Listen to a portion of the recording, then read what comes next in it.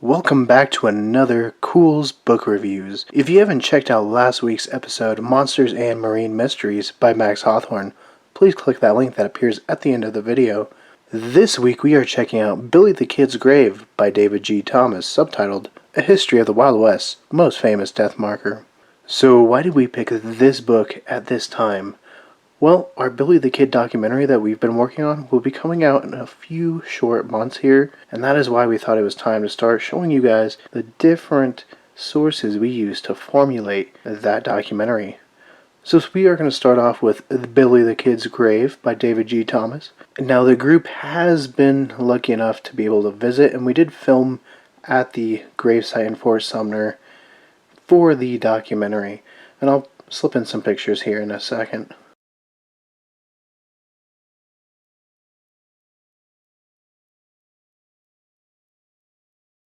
Alright, so as you can see, it does appear a lot less behind bars in the cover of this photo than it does in real life.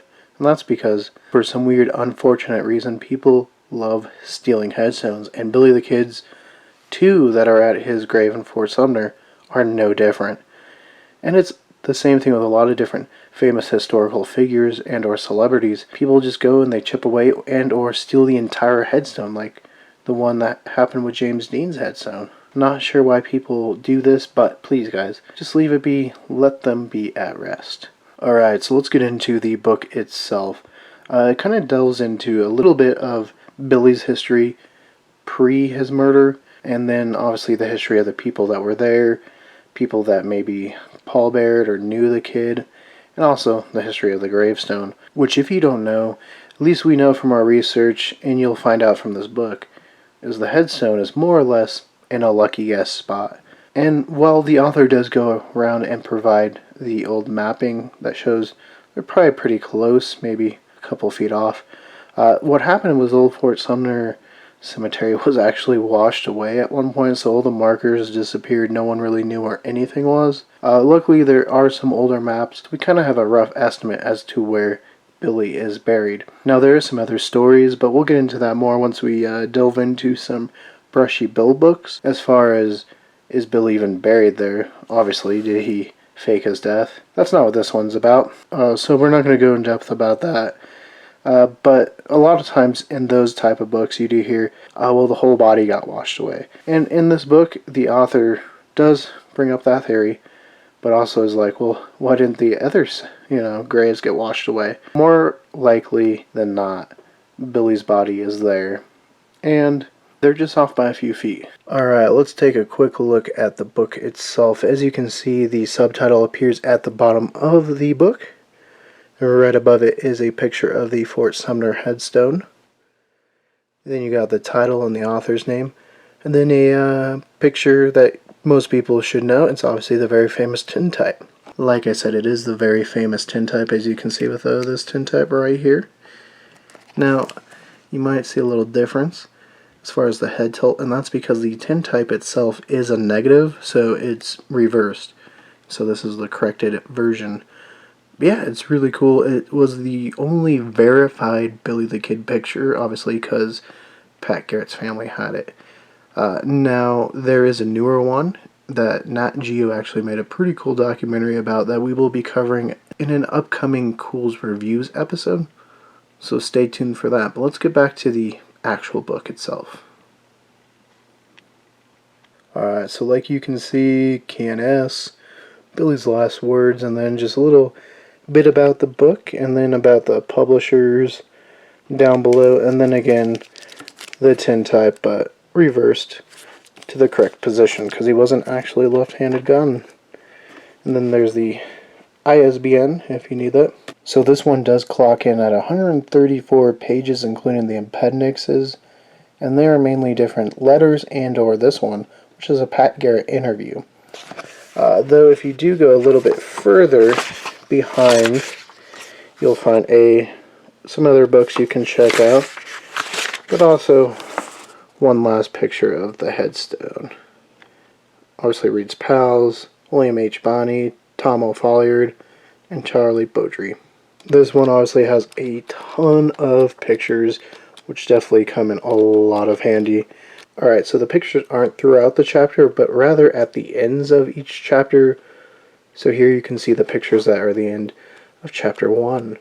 And now they do just show like the people, places, or subjects that were discussed in the previous chapter. The portion I found most intriguing was this little description of the cemetery itself. So this was drawn by Charles Dudrow, who was actually contracted to move the military burials from Fort Sumner to Santa Fe. And so while doing this, he tried to locate and tell who each remaining person was. And as you can see at the bottom right here, it does say Billy the Kid and 2930 is member of the Kids gang. So obviously referring to Tom O'Folliard and Charlie Beaudry. So as you can see right there is number 28, which is Billy the Kid.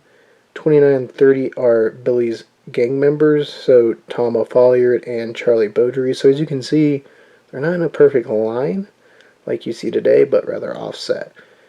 But this is probably the best proof that while they were moving this in 1906, the bodies were still there. So more than likely, the bodies of Billy the Kid, as well as Tom O'Folliard and Charlie Beaudry, are still there. I think the bigger mix-up is just where the headstone is. It's in the wrong location. It's probably off by like maybe a couple feet. Maybe somewhere like over there or over there. But it's still pretty close, and I found that rather intriguing. Definitely my favorite portion of this book. Alright, so let's go into writing style real quick. At points, yeah, it does kind of feel like a list maybe, where this happened, this happened, this happened.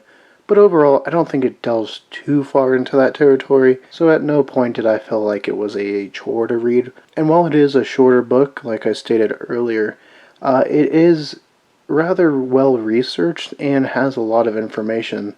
As you saw when we looked at it, the writing is a little bit smaller, and so with this size book, it's probably maybe 20 or 30 pages more if you got a normal like size print of a book, if that makes sense. Alright, so would I recommend this, and what do I rate it? Well, I will definitely start with recommendations first.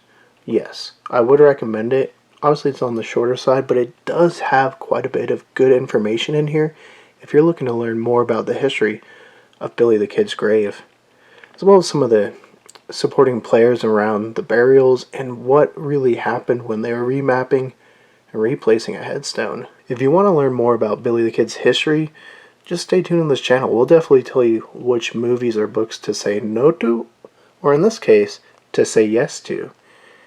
Because we have a ton of different content coming up with Billy the Kid as far as Culz reviews, movie reviews, all leading up to our Billy the Kid documentary, starring Jeremy Anderson as Billy.